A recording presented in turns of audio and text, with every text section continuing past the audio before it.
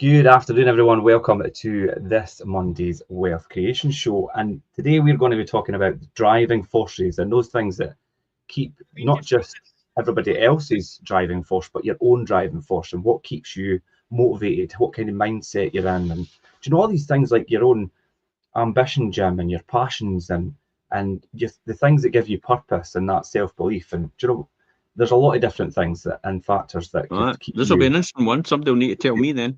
driven. What's We my were just, driving force? To dive as many places in the world in but a then shorter space of time. I've got a space time. Yeah. But then we were just talking off camera there. Do you know, it's like what does drive an individual forward? Do you know, not thinking about everybody else. Do you know your own personal journey? What drives you forward? What motivates you and things? And do you know my own personal journey? Do you know recently as well? Do you know thinking about? I don't know. It's like you get to a certain point. And it's like right, I've got to here. How do I get to there? And what's going to drive me forward and keep me motivated to do that? Interesting, yeah. Listen. I think about that all the time, especially Hmm. with the very fact that I'm spend. I think I'm actually spending more time away than I am actually working now. Yeah. Although I'm working, but I'm working on it rather than in it. I'm not at the coal face Yeah. anymore. I Hmm. think that's probably the primary thing. But it's that transition, and it's easy to just travel the world. Hmm. The only thing that's stopping you is money. Yeah. That's it ultimately. But if you've got that, then what are you waiting for? I think that's what is quite challenging. What drives you forward? What is the driving force behind what you want to do? And I, this is a cop out every single time when you ask people like that. Oh, I'm not really sure what I want. You clearly know what you want. You just don't want to admit it to yourself Yeah. Or say in it out loud. case you don't get it because you're terrified of failure. Yeah, it's like pinning your colours to the mast. You know, it's like this is what I want, and if you don't get it, then it's like, oh, I shouldn't have said that. In order to be a master at what you do, you have to be embarrassed at some point in time Hmm. because you will have to experiment. You will have to make mistakes. You'll have to do everything. I was thinking, and I'm reading Ken Robinson, um, who's a profound teacher, professor, and TED talker. Most people will know him, but he's obviously he passed away in 2020. But I'm starting to get right into him. I'd seen him before on various podcasts, but kind of it's like the point of readiness. It's like Hmm. now I'm ready to receive this information from this guy. So it's quite interesting. He talks about the education system. He talks the driving force, and he talks about all these different things around people and why they're doing things. But inherently, what it comes down to is people do things for their own self-interest. Yeah. Why are you at work? Oh, for the good of the company. No, you're no. You're at work because of your own self-interests. It Hmm. aligns with what you want to do at this point in time. You are where you are because it aligns with your driving forces behind you at that point in time. I think that's the most important thing. That Hmm. you need to find out, and you just have to admit yourself. It's like this is what I want. This is when I want it, and this is what's driving me forward to do what I want to do, and why I need to do it for that very reason, or you'll never do anything. Yeah. I think that's the most important thing. If you can't identify what it is that's driving you and what you want to do, then you'll probably never do anything at all.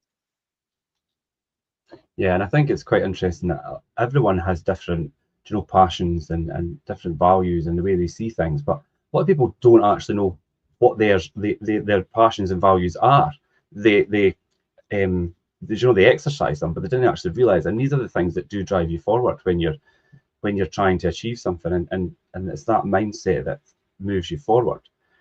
Do you know what I think is a really interesting thing, and it's become so apparent to me in recent years is the point of readiness. And do you know when I think about it, it's like when things do come into play, and it's like right, I'm ready to do that, but then you think, God, I've known about that for ages, but never done anything about it because it just makes sense because you weren't ready yet to actually act on We it. all we all know what we really want. I'll Hmm. go back to saying it again. You're terrified to admit it to yourself or say Hmm. it because you don't really believe you can achieve it. Yeah, yeah, I would That's agree with that's that. the true thing behind it. It's Hmm. fear. It's the fear of, you know, it's the fear of missing out is one of the things that drives us for everything. Pushed by your circumstance, pulled by your dreams. It's one or the other. If you're neither, you'll never do anything. I think that's the most important thing you have to remember. Pushed by your circumstances or pulled by your dreams.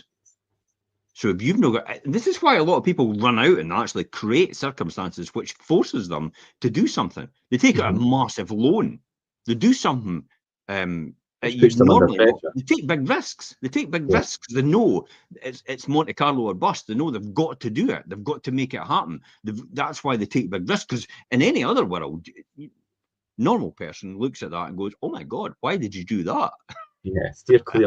I would steer clear of that. I've seen that with other people as well. Why have you done that? I've never ever said that to them because you don't want to piss on their parade. Most people say politely, you don't want to rain on their parade. But really, what you're doing is you're pissing on somebody's parade, ultimately, because you're just making a mockery of everything they're wanting to do. And they're doing it as it is. So don't say anything. It's like, just go for it. Give them some encouragement behind it. Because at this point in time, there's no use in saying, I would never have done that. That is far too risky. They're doing it. They've committed to it. So just encourage them and to be the best person they can be at whatever they're doing at that point in time. If they're asking for advice about whether they should start it, there's a different story. You can give your advice and your opinion, but remember, your opinion might mean nothing. Because if you've not done it, or you don't know how to do it, then what does your opinion really mean? Zero. Yeah. Ultimately, because you don't know what's going to happen. So it's that thing that creates driving force behind everything. It's pushed by your circumstances, pulled by your dreams, and if you have neither, you're not going to do anything. You'll just be, Joe Bloggs sitting at the computer.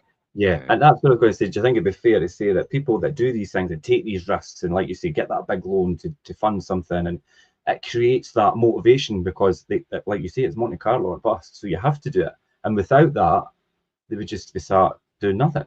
So they're creating that motivation, because motivation is a difficult one, and a lot of people don't have it and don't know how to get it or create it.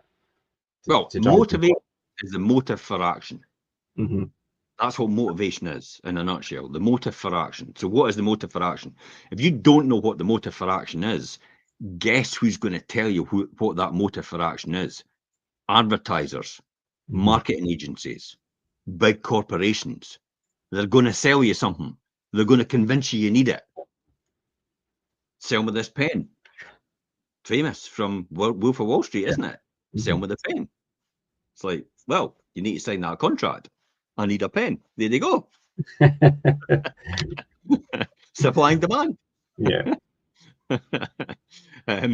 It's as simple as that. If you don't have what we call a dream or an ambition or a goal, or you're not forced by your circumstances because you're not in a difficult position, you'll not really do anything. Or what will happen is you'll be susceptible to other people's thought processes about what you want to do. This is why people jump from place to place.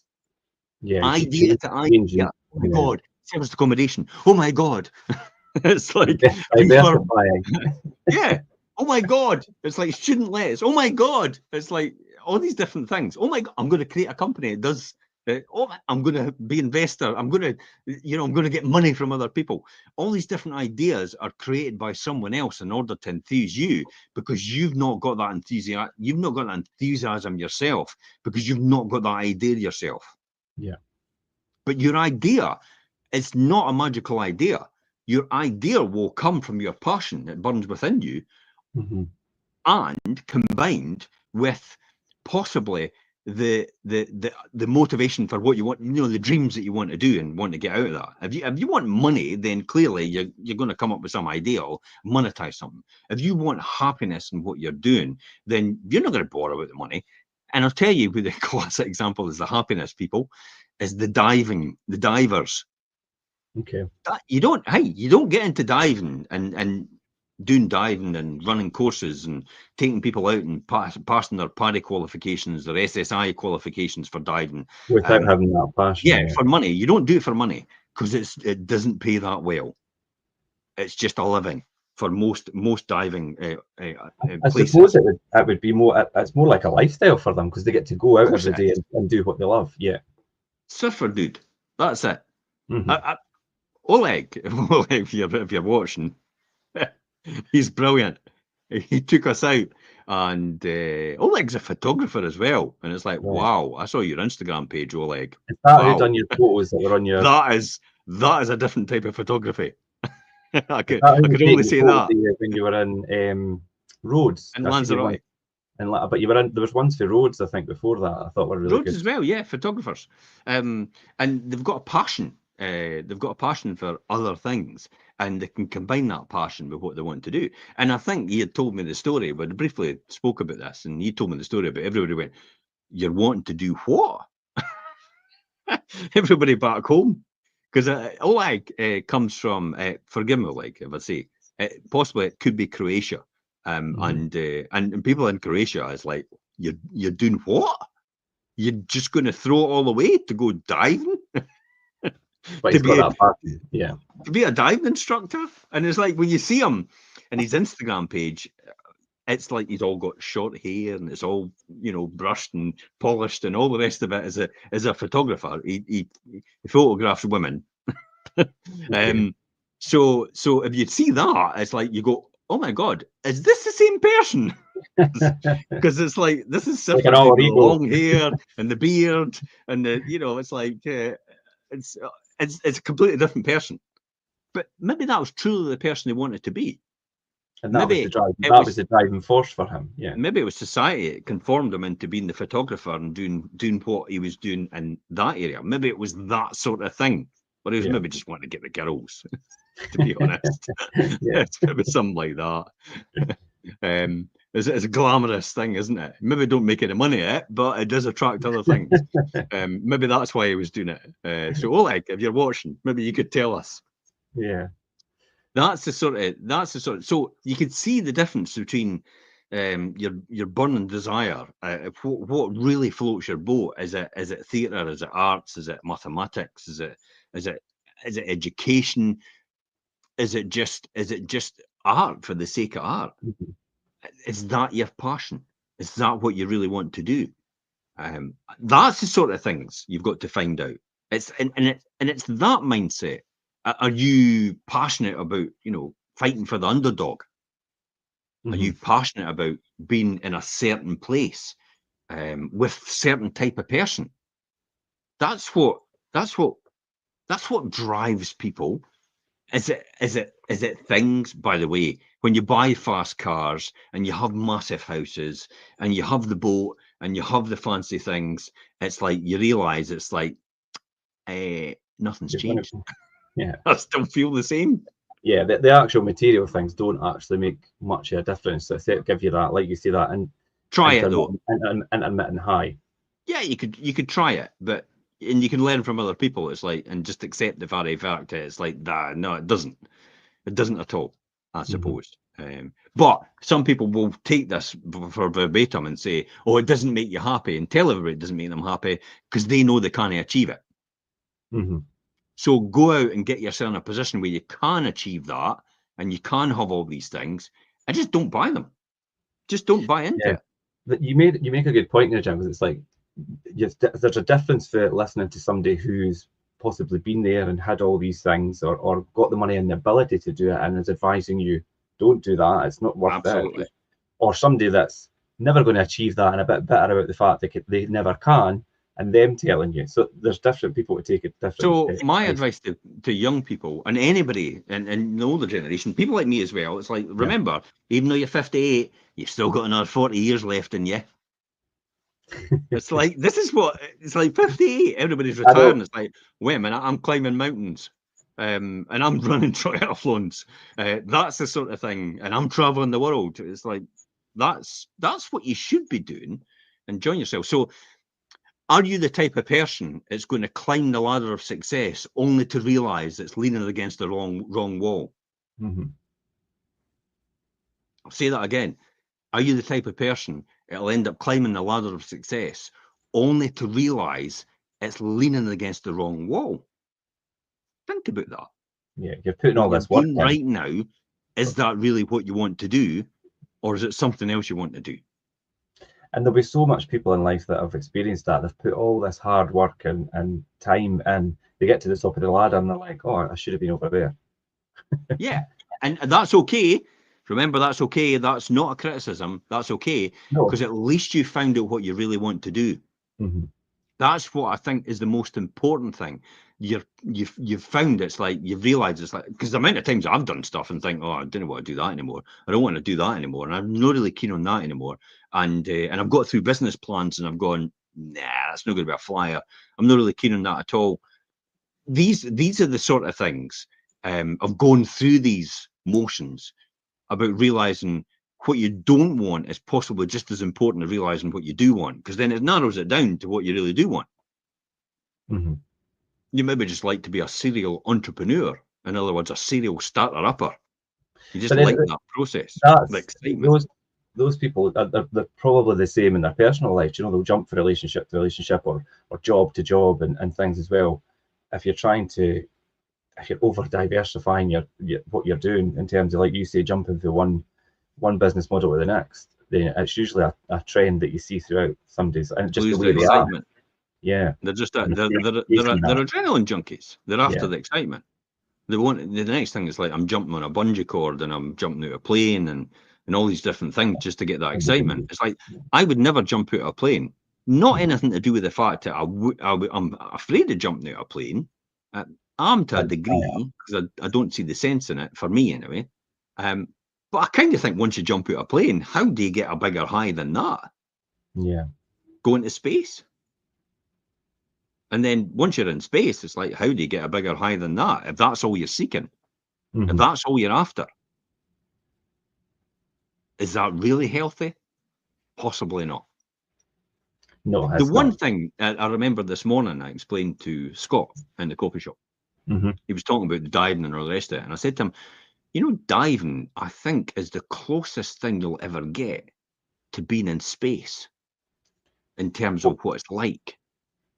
Under the sea is less. There's less known about the depths of the ocean than there is of the space. Well, humans. You're buoyant. You don't sink and you don't rise. You are where you are. You're floating under the sea. That's what diving is. You're floating. You're perfectly buoyant. And so there's nothing to touch the ground. There's nothing to touch the ceiling, and it's complete silence, more or less. The only thing you can hear is you breathing in your regulator. Yeah. That's it. You are at one, and if you and your buddy, because you swim together, obviously, you don't swim on your own, by the way, just in case anything happens, then you've got somebody else that can get oxygen to you, and vice versa. So you're swimming with your buddy, and you're both in sync with each other. Then it's bliss. It's just like complete silence. The world switches off completely, and you engage with 70% of the world, which no one ever sees unless you're a diver. Yeah. Imagine that 70% of the world is underwater, and yet most people have never seen it, and they'll only ever see it in program. No, most people will never experience it because they don't dive, and they're afraid to do it. And yet it's only a couple of days course to actually become qualified to be a diver, just to know the basics. It's funny. It's that type, like the thing about a lot of the people have never been diving and seen under the sea. But I was actually talking about this the weekend. I was walking along the beach and I thought, you know, there's people that have never actually even seen the sea and been at the seaside and things. And it's quite profound to think. We live by the sea, so we take it for advantage. But people in, mid America and things like that, never seen the coast. They don't truly. No one truly understands what it's like until you experience it. And that's how you get your burning desire. That's how you find your passion. It's only through experience and trying something that you'll ever get a passion for something. Because you don't just wake up and say, oh yeah, I want to climb mountains. Well, why do you want to climb mountains? See, the why. You need to have a reason. You need to have the why is always behind it, isn't it? So if you can find out the why, the next bit will come automatically. And you find out the why by building the dream big enough, or you're motivating it, your circumstances are pushing you towards it. COVID. How many people suddenly came up with why when COVID happened? Oh my God, I've got to survive. It's like all of a sudden everybody had their why. Survival. See, pushed by your circumstances. Yeah, and everybody was definitely pushed by the circumstances through the lockdown and COVID. Look at what happened for some people. They changed careers forever.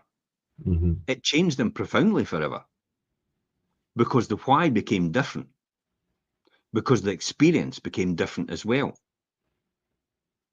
Yeah, and that's what's most important about the whole thing. The driving force is the most important thing behind whatever you'll do and why you'll do it.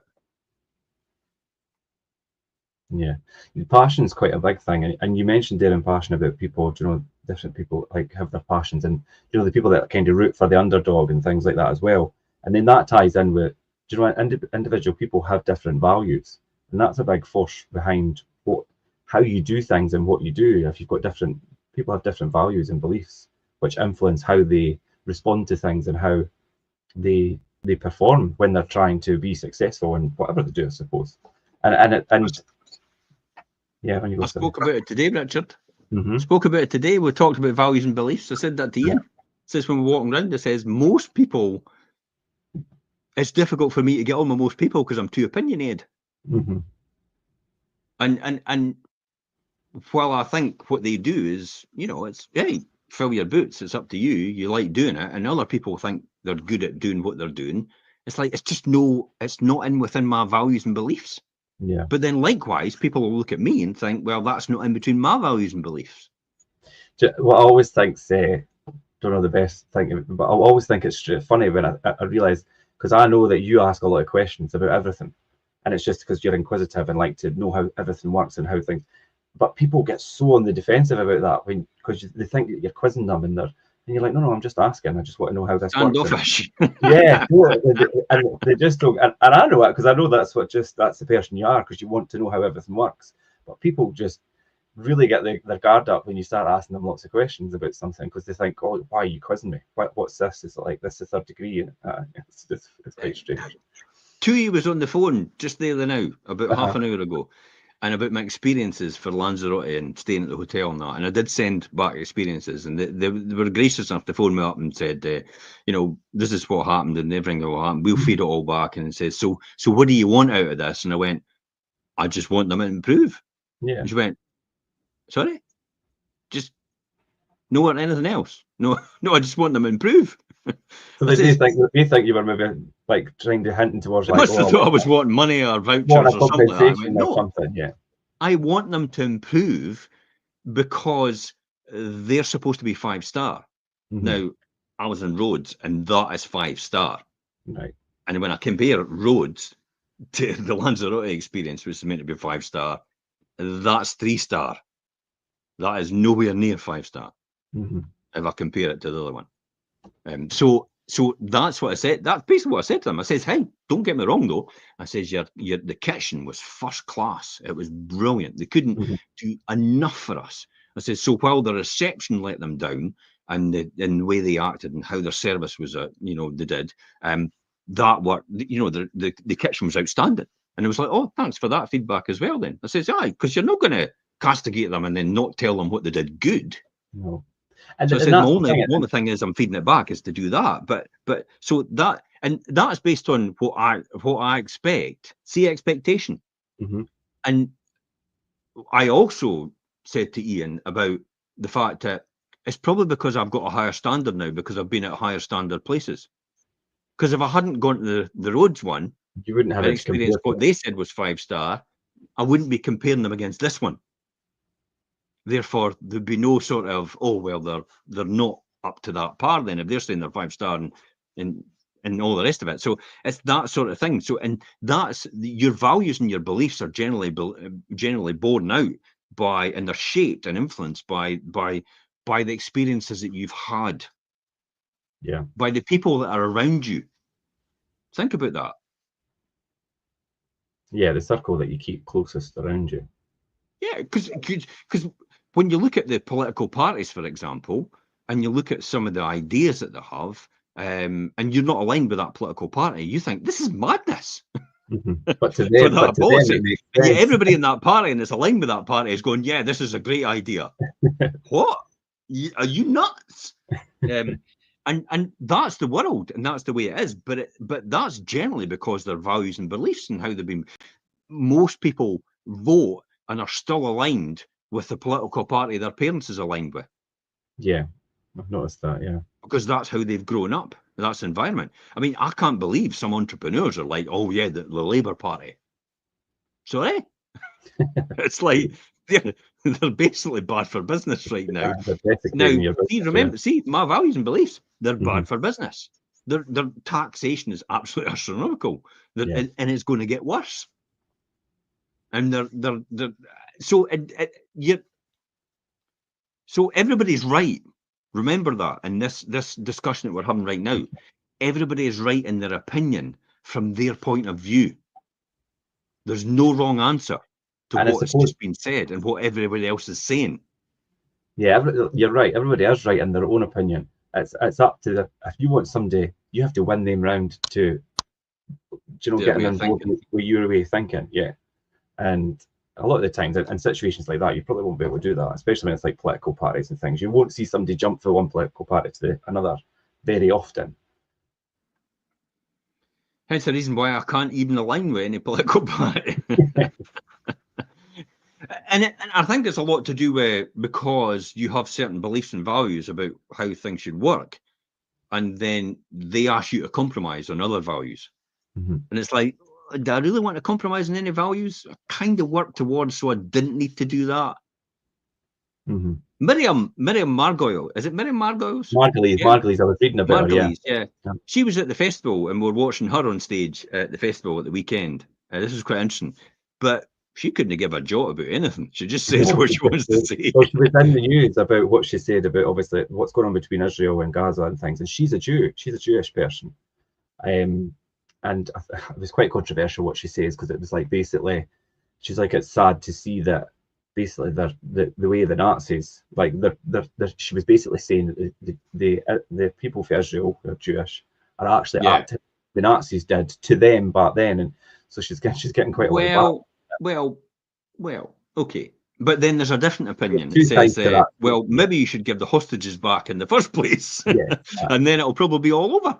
yeah. There's two sides to Um, that story. I know that. Yeah. and that's the difficulty that comes out of that, definitely. And this is all about winning people over your way of thinking, and Mhm. about the winning the hearts and minds. I mean, political campaigns have been won and lost on hearts and minds. Yeah. It's all about emotion and how people feel within themselves. A great salesman, an outstanding salesman, a good salesman. Oh yeah, okay, this is what we're offering, and this is what we'll do, and this is the service we'll give. A Mhm. great salesman deals with people's emotions. Yeah. How do they feel about things? How they're going to make them feel about it. And how do they That's what a fix great this for them? salesman Yeah. does. And the difference between a great salesman and a good salesman is emotional based. That's it. One's not, one is, in a nutshell. I would say that's the case, and that's how some people are really outstanding. And I think you've got resilience down here about driving forces as well, Mhm. and it is the constant driven and repetition. Somebody actually said that to somebody the other day. Billy Reekie. So Billy Reekie's number one in the iTunes charts Yeah, from yeah, I've Fife. seen them. Yeah. And I actually said that to him the other day on a post. I said, just keep being consistent. Mhm. Because I know Keep doing fine it. what's going to happen next is you're going to get wrapped up in everything else you need to do in order to Build the way maintain to where what's you are right now. Mhm. Whereas what got you there in the first place was everything you have to continue to do to keep you there. So It's like the keep my doing what you're advice was, doing type thing. that's absolutely amazing. It's awesome that you're number one in the iTunes charts, but remember and continue to be consistent. Mhm.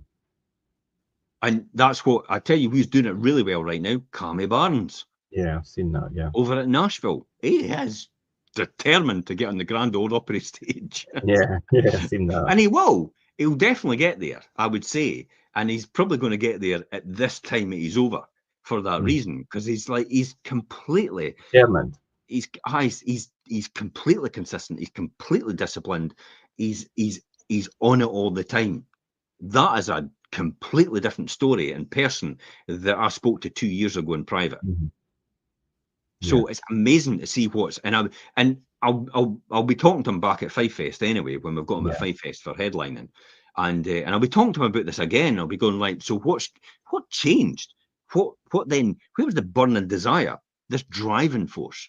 Where did this come from? And this is the classic example about people that continually learn from other people.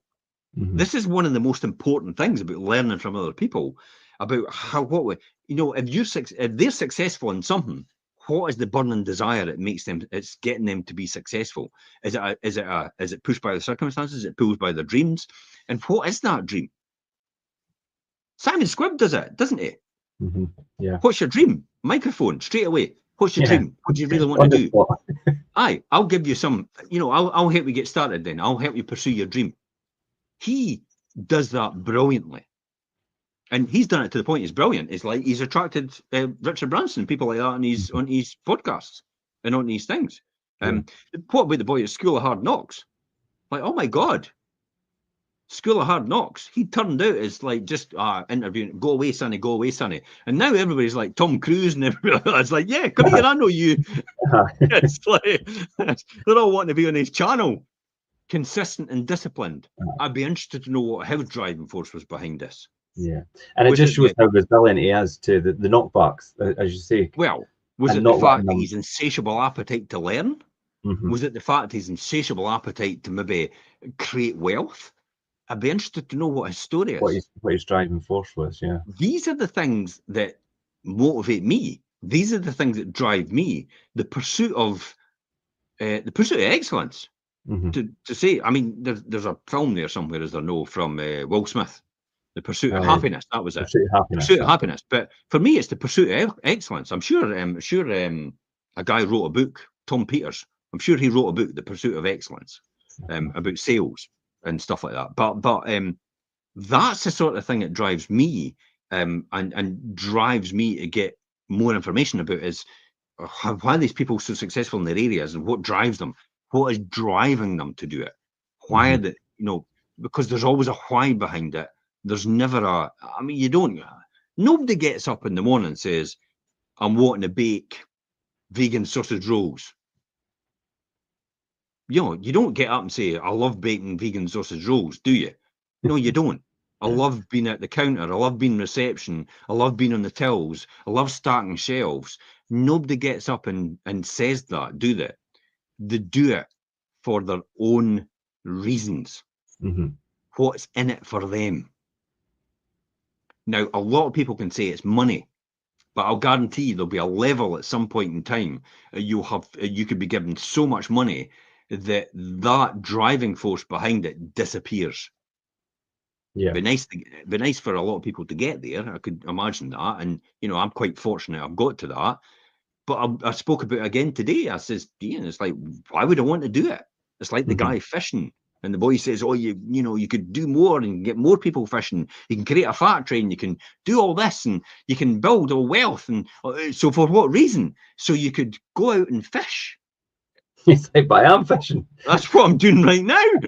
Yeah. It's like, so why would I want to do all that to do what I'm doing right now? Hello, McFly. Yeah. These are the driving forces that people have. So resilience, positive mindset, like you said here, Richard, the ability. One of the things that we don't teach anymore in an education system is the fact that the ability to make mistakes is important. I'll say that again. One of the things that we don't teach in our education system anymore, and we castigate it, is making mistakes. You need to make mistakes in order to learn. Mistakes means that you'll learn quicker. I mean, it's more efficient not to make the mistake, because obviously somebody can tell you and say, well, you get it right first time, we're quids in. But most people will make mistakes. But there's an embarrassment that comes with mistakes. But in order to be a master, you first must be able to be embarrassed about what you do, But I think if of you if what you're you're doing. learning, yeah, if you're learning from someone a lot more successful than you and what you're doing and things, you'll make mistakes, but you won't make as many because you've got the right knowledge and advice on your side. I mean, I think you could have all the knowledge in the world and things, but you'll always make some mistakes along the way. That's only human, I think, for the most The more part. mistakes you make, the more successful you'll probably be. Mhm. I'll say that again. The more mistakes you make, the more successful you'll probably be. I'll guarantee you, for most people, I've made more mistakes than all these other people. But would you change any of them? No, never. Never ever. Because I'd Yeah. never be where I am right now as a result of it. And I love where I am. Hmm. Yeah, I Yeah, love because where I am. Yeah, I even the really slightest do. thing that And, changed could and change. this is why we talk about driving forces. It's like I'm Mhm. sitting going, do I really need to prove anything else or do anything else? For my own personal well-being, nothing to do Mhm. with anybody listening in or tuning in. I've got no Just, yeah, desire to make other people feel, what is it? Feel, validated, yeah, congratulatory validated. towards me. Yeah. It's Mhm. like, I'm not caring if anybody All right, hates right, me okay. Yeah. or likes me. Well, I do. You do, don't you? Because it's inherent in your nature. Well, you didn't But want to be unliked, but it's like you don't need yeah. everybody's praise at the same time. Well, here's the phrase: someone else's opinion of you is none of your business. Yeah, I like that one. I do like that one. Do you That know is what? so important. And Mhm. your opinion of them is none of their business either. Mhm. I love getting involved in a social media argument and then just walking away. Just to stir everybody up. I love doing that. It's like we were on the road driving to Edinburgh on the weekend at the festival, and I actually went down the outside, by accident when I was going into the airport. But it was a Yeah, huge tailback onto there because they were all going to the Royal Highland Centre for yeah. some truck At fest or something like Ingleton, that. it's at And I didn't Ingleton. realise, and I noticed that everybody had realised the same thing as me, and we were trying to get in to actually the queue, and people were indicating to go in, and you want to bet people were just moving right up and close to them. Yeah, rather than letting them in. And I says to Elaine, I think I'll just drive right down here and put my indicator on all the way down, Did you do just that? to wind everybody up. Because when you get to the front of the roundabout anyway, you just turn off and you've actually got away ahead of them. Yeah. So you just go to the Broxburn turn off on the roundabout, and then you turn off to the airport anyway off the roundabout, and you're away ahead of everybody that's on there. And I thought, I'm just going to Elaine says, don't stir people up. And I went, but they deserve it because they're deliberately stopping people from getting in who have Yeah. genuinely made a mistake. So they deserve to be wound up. Yeah, and some people are so easily, like you see it on social media, and it's just they're just so ready to bite at something, and is that really, is it worth your time? Do you know, being that involved and ready to pounce on some situation and get involved in it? Years It's just ago, when I was not for doing me. the run, before the A92 actually, before the Mhm. A92, I was doing Run to Standard Life in Edinburgh and Right. George Street, and in the car mostly every day. And I began to realise that instead of freaking out when people jump from lane to lane and cut in front of you and stuff like that, you just got to laugh. Hmm. And I just used to chuckle to myself. And I really, actually, I think people got upset about that, the fact that I was laughing, because they obviously expected me to get upset about the fact that they were cutting in. It's like, what else am I going to do? Yeah. Yeah, that's the thing as well. It's like people get so worked up about things you can't change it, so just move on. There's So certain things what you does can't. that for you? What does that for you? Is that's what you've said right here? It's a thing about understanding a growth mindset, Hmm. um, intrinsic and extrinsic motivation, a Yeah. passion, strong value systems as well, Oh, and yeah. the resilience and crucial or driving forces behind the success in both probably personal and professional careers Hmm. and endeavours. Yeah. There's no doubt about it. You cannot. Anybody that has this work-life balance thing in their head is it's rubbish. There's no such thing as like work-life balance. I You think can for you can me, say I want time off and I want to do that and all the rest of it, and you're calling it work-life balance, but there's no. If you want to be successful at anything, there's no such thing as work-life balance because your work is you. yeah, that we were just talking about this off camera, and it's like for me, it's not to segregate. Like, this is my business time and this is my personal time. It's like just let it kind of flow into each other. And like you say, I say to you that obviously I put something on Friday, and I've been speaking to people all weekend about it. But I Yeah. mean, I was away at the Fringe on Friday night. We got the train, so that. But I was still speaking to people on Messenger. Do you know about work? So you just kind of let it flow into each other. Oh, but I've got my business page and I've got my personal page Yeah. on here, and you look at the business page and the personal page, and they're two different people, Mhm. and it's like, See, it's a bit I've got disingenuous. the same picture on both now. Yeah, they're two different people. It's like, whoa, wait a minute, how could you be two different people? Yeah. And that to me is probably the person that you would never use to do anything, because it's like, I don't know the real you, so I know if it comes to the crunch and we need to do something, I don't know if you're going to be the person that's going to be able to step up and actually deliver what I'm needing you to do. Because I'll never get you at the weekend or past 5 o'clock if I Yeah, really need. potentially. Yeah, that's potentially it. And these are the people I love to help succeed, because these are the ones that are willing to put the hours in order to get the result. They're driven by their passion. They're driven by their circumstances even, and they want to do better, and they want better for themselves. They maybe want better for their family. They maybe want better for their community, and they're just driven to do that. Yeah. Weekend, the prom fest at the Yeah. weekend. It's like Ewan turned around to me and says, "Oh, next year we're going to do this, and I'm going to do footage and all this." And I went, "Ewan, it's okay to stay the same size. Yeah. You've only got a finite audience." And I thought, and I never said anything other than that, and he never said anything back to me. But I'm thinking to myself, I wonder if he thinks I'm just like saying, "Just didn't bother anymore." Well, I did. It's funny you say that, and I went down on Saturday just for a couple of hours, walked about, and just had a wee nose and whatever. And I did.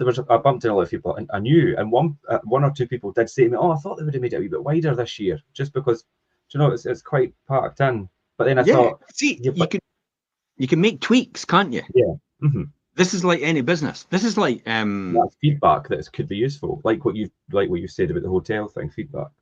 you hear this more and more from some of the business people now and some mentors now, that it's okay to stay where you are and just adapt to the situation that you're in, and actually just, you don't need to grow your business bigger. You don't need to do anything. If you're happy with where it is, or happy with your job, it's like you don't need career progression if you're happy where you are right now. This is all stuff that's forced on you by society and by everyone round about you, that you should excel, and you should be this and you should be that, and you've got more than this going for you, and it's why doing that. It's like, well, maybe I just didn't want to do it. Yeah. Sometimes it's It's like quite simple like that. the Yeah. amount of people that are sent to university to be a doctor or a lawyer or an accountant, and they end up dropping out and think that's not really what I wanted to do. Yeah, congratulations, you found out what you didn't want to do. But I've got a funny feeling you probably did it because your parents expected you to do it. Yeah. Well, my nephew's just finished his first year, and he's changing subject, changing uni, and everything, because what he picked was. It's Just just like, what I he don't wants want to to do that. Yeah, absolutely. First year's do. great, because then you're still funded into the second year Yeah. by changing. You're allowed to do it under Yeah, the that's Scottish. really good. You'll still be funded for it. So that's what I love about it. I can't impress enough. And I've talked down the education system before, but I can't impress enough how important an education, a proper education, is. I don't mean an indoctrination into a system. What I mean is a proper education is finding your passion and learning from the people in your field of passion about how to be the best at what you want to do. I've done it before, yeah. That is a proper education. It's interesting. The Fringe teaches you this, but when you think about the Fringe and the Edinburgh Festival, and the arts and entertainment and stuff like that, do you notice how every school in the world, every educational system in the world, puts maths and English as the top priority subjects, and arts and creativity are at the bottom? They're kind of like additional things sometimes. They're for dropouts. That's what people think. They're for dropouts. They're people that can't make it in the mathematics and the English, but they're just for people that they're just like, because it's a classic example about what you're not going to get a real job. And things like drama and art and music is where people show their most creativity and what they've got to offer. Exactly. And people think in different ways, remember, as well. This is a key driving force behind it. People do think in different ways. Um, I'm going to be controversial here and say there's no such thing as ADHD. Hmm. It's just been Well, made up to justify a cause, that's all. I think I would kind of agree with you to a level Yeah, on that as there is well. no such thing. It is just that some children are bored.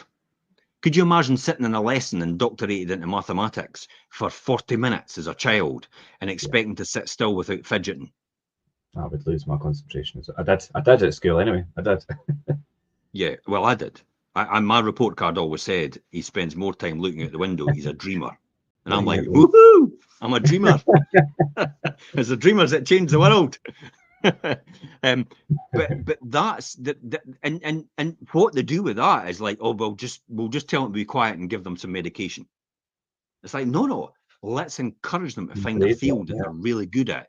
It will ignite their passion within them. Woman called Gillian, that was what her experience was when she was at school. The school came to her and wrote her off and said she's a write-off and all the rest of it. She's just too disruptive, all the rest of it. We'd recommend just taking her out of school and putting her into some sort of, helpful school that will help her remedials, more or less. Yeah. That's what it amounted to, and what they said to her. And mother and father took her home, and one night they left the room, but they realised that when they left the room, Gillian just burst into dance all the time Hmm. and creativity and what she was doing. They went, maybe there's something in this. So they took her to a school for drama and arts and encouraged her for dance and creativity and all the rest of it. Gillian was instrumental in teaming up with Andrew Lloyd Webber and creating some of the most beautiful musicals in the world that we still watch today. And yet she was written off because of that. So see how important it is to find people's passion, but the education system doesn't account for that anymore. You're indoctrinated in an education system which is fit for purpose for an industrialized society. For worker bees. That's Yeah. it. Ultimately, worker ants, worker bees. Yeah. That's all it is for. And if you don't excel in that and how we are taught, see how the benchmarks have moved away. I mean, a degree used to guarantee you a job, Yeah. People, but there's no anymore. the amount of baristas and things More or that less, are you've got still, masters yeah. now. You've got to get a master's in order to get a job straight away to be guaranteed. That's more. So the benchmark has actually risen higher. But who's to say that most of these people do drop out? And when you look at the dropouts and you look at how people are, you actually realize that the dropouts are actually the people like Gillian Hmm. that have not been encouraged in their field about how they do. Did you know, though, that the reason that Gillian danced was because it helped her think? So The she's reason, that's yeah. think about Hmm. that. The reason that I do triathlon is because my brain switches off. And when I do triathlon, I start thinking about other things. I start thinking about business. I start thinking about when I'm swimming in a pool, I start working things through my mind as I'm going. That's what the education system Hmm. doesn't realize anymore. That's what it's not picking up on. And there's really skilled teachers leaving professions.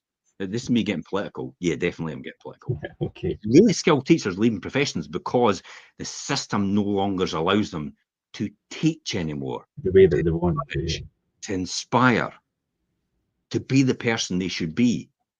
It indoctrinates them into a small box about passing tests. Hmm. And if you don't do that, you're out. Of And then, and am I right? Each school will have their benchmarks that they need to hit in terms of course to do. pass And if they marks don't and hit these things. benchmarks to get less funding, Yeah. So like you're stuck like what the Olympics do. in. If you don't hit the benchmarks in cycling or whatever, you get less funding towards cycling. That's the way they work. So these are all the things that we need to be aware of. And this, I mean, why are we talking about this about driving force? Because there's a driving force behind all these different things and the Yeah. whys, and if we think about it, will make a fundamental difference to overall. Imagine if everybody in the world was doing what they passionately believed in terms of work. Hmm. You'd have a lot more How productive many and wars do you think there would be in the world? not as much as there have been or are at the moment. I would probably say there'd be none. Hmm. Why would you want to upset the apple cart if you're doing what you wanted to do? If you're being passionate about your passion.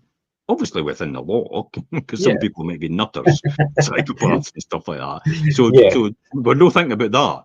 But we're thinking about, imagine what the world would be like if that was the case. Imagine It how would be a much things would be better place. resolved. And a Imagine much companies. more productive place, I would imagine as well. Look at the key driving force behind a company. What do you think a company is there for? Why do you think companies exist? Well, there could be a few reasons. I mean, don't know. You've kind of put me on the spot, to be honest. There you go. Most people think, and I think, a company should exist for the community. Okay. Right. But the primary concern of a director when they're appointed is to look after the shareholders' interests. Yeah. That's it. Nothing to do with employees, Mm-hmm. nothing to do with the community. It's all about shareholder value and shareholder interest. Yeah. Yeah. That is how our system works. Do you actually think that's the best driving force? No. I don't think so either. And I No, never have. A company is there to provide for the community and the people they work for. Mm-hmm. And the shareholders get a return as a result of investing their money in that company. Mm-hmm. But the primary concern should never be all about the shareholders. It should be about the value of the people who work within the business, because after all, they are the business. Yes, because without them, there is no business. Yeah. Yeah. Do you know? So there's key driving forces behind that. Mm-hmm. But So one do you thing want to go through that? Do you want to talk about key driving forces? yeah, there is. But there was one thing I wanted to cover, because obviously with time's going on. It was about purpose, and I really wanted to talk about purpose because I think that purpose itself can be quite a driving force. I mean, people are unaware of what their purpose is, or want to find out and have a purpose in life, and that is quite a driving force as well. And it's quite a funny one because some people lose their way in life, I think, because they don't have a purpose and they don't feel like they Why have. am I here? Yeah, why am I here? What, they don't have a place in society, they maybe don't have a place in their family unit, or just lots of things. And Do you know what they purpose, call that? no, A midlife crisis. I mean, I'm not quite there yet. But You can have loads of them though. It's yeah, all right. You don't just have one. yeah, That's what it is. It's like, what is my purpose? Why am I yeah. here? Who's I that think person I married? I just wanted to cover purpose because I know it's quite an important one for a lot of people. Yeah. Purpose. Definitely, you must have purpose. And purpose is what will make a difference in your life, in terms of your health, in terms of your happiness, in terms of your longevity, in terms of how long you live. Purpose. That's probably the thing that they're coming up with the most. Whether it's scientifically proven or not, I don't know. But they're saying it's no about exercise anymore. Doesn't mean you shouldn't exercise. It's not about money anymore. It doesn't mean to say you shouldn't earn money. But What they're that's not saying now is the that, driving force. you'll live longer if you have purpose and connection Mm-hmm. with other people. And these, to a degree, are the driving force behind a lot of people who live happy and productive lives, Yeah. but who would otherwise be looked down on by some people in society because they're not aspiring to be the all, wealthy and huge achievements and all the rest of it. Some people actually don't resonate with that. They don't understand that. They don't get it. But then it kind of ties in with like you're saying, what's the purpose in a business? What should be the purpose in a business? And like you said, if you've got a business and you're running it and it's an integral part of your immediate community and you're giving back and things, that instantly creates that purpose for you, and you'll feel that's your purpose, and that's what you do every day, because that's what you're doing it for, to give back to the community. And then that creates that purpose. It creates a successful business, and it just goes, it swings and roundabouts, because you're giving back to the community, which then gives you the purpose and gives you the drive to run your business, and then it just keeps going round. Yeah, and it's driven out of ambition. Yep. It's driven out of your passion. It's driven out of the motivation behind it, motive for action. It's driven out the vision that you might potentially have to have a big business, to be admired in your community. That's what drives people. It's Maslow's hierarchy of needs. You could look at that, McGregor X and Y, all the rest of it, in terms of behavioral science, if you want to really get down to the nitty-gritty and read up on that. But it's the vision, it's the purpose, self-belief, it's the aspiration, it's the for some people it's got to be hard work, dedication. They like to be adaptable, they like to be switchable, they like to change things up all the time, they like the excitement behind that, so they crave that as well. And for others, lifelong learning. It's like, what could I learn and who from at this point in time? I've actually had that mentioned to me quite a bit by people that are younger than me. It's like one thing that they like about who I am is it's my desire to keep learning. Yeah, and keep adapting. And to learn from anybody that could teach me. I mean, I'm still going over stuff that I should have left years ago. It's like I probably know all this stuff already, but I still go over it and I still read people's books about almost the same things over and over again. But then, like, remember we done a few shows back, and we were going over your notes from Keith Cunningham, and it's like some of these things that you wrote down and never really revisited, but now in your journey, like in the last 12 months or whatever, you've needed them, and it's like, so you didn't then, but you learned it and you remembered it, and they thought, right, I'm implementing this now. It's the point of readiness to use that. Yeah, and it is. This all comes back to when you look at that about your driving forces. It all comes back to what's going to take you to where you want to go next. If you want to stay where you are, you've probably got no. Well, there's still a driving force there. The driving force is to be exactly where you are right now, and to maintain that position, because I suppose it's like floating in the water. Density of the water, the temperature of the water, will change from time to time, which means you'll go up and down, and that's the same way everything round about you. The external factors you can't control will change, and that's why we talked about adaptability and lifelong learning, because then you have to learn for the new world order, so to speak. Yeah, but it's like what I said at the beginning of the show, and it was quite relevant to like my own journey. You've got to where you are now. You're very aware that there's the next point that you need to get to. How are you going to get there? What's going to drive you to get there? Who you going to need to help you get there, and keep that motivation and have that driving force to achieve what you want to achieve in your goals and like you say, your burning desires. Help you do that. Oh, sorry, Audrey. Thank you for commenting. I love that. Yeah. Love what that quote was. I think the quote when it popped up was other people's opinion of you is none of your business. Yeah, I'm sure it was that one. So just to prove we're live. Yeah. Just in case everybody thought this is a pre-recording. No, we are live. Well, if you're watching this, we do the reruns. Sometimes they're not. 12:30 Monday. I don't know. 12:30. If you're not watching this on Monday at 12:30, between 12:30 and 1:30, we're clearly not live for the Wealth Creation Show. Yeah. Okay, right, Jim. Thanks for that. I mean, the driving force and what's behind them is a really important thing for anybody, whether you're in business and whether it's your personal life or trying to achieve goals in any aspects of your life. There is all those different elements of whether it's your passion, your values, and things that push you forward. And that was a really interesting chat today. Thank you for that, and thanks for everybody for joining in. And we will be back Monday 12:30 live as usual. So you'll see us then next week. Okay. Bye for Thanks, now. Jim. See you later. Bye. Live long and prosper. I was watching it last night. Bye.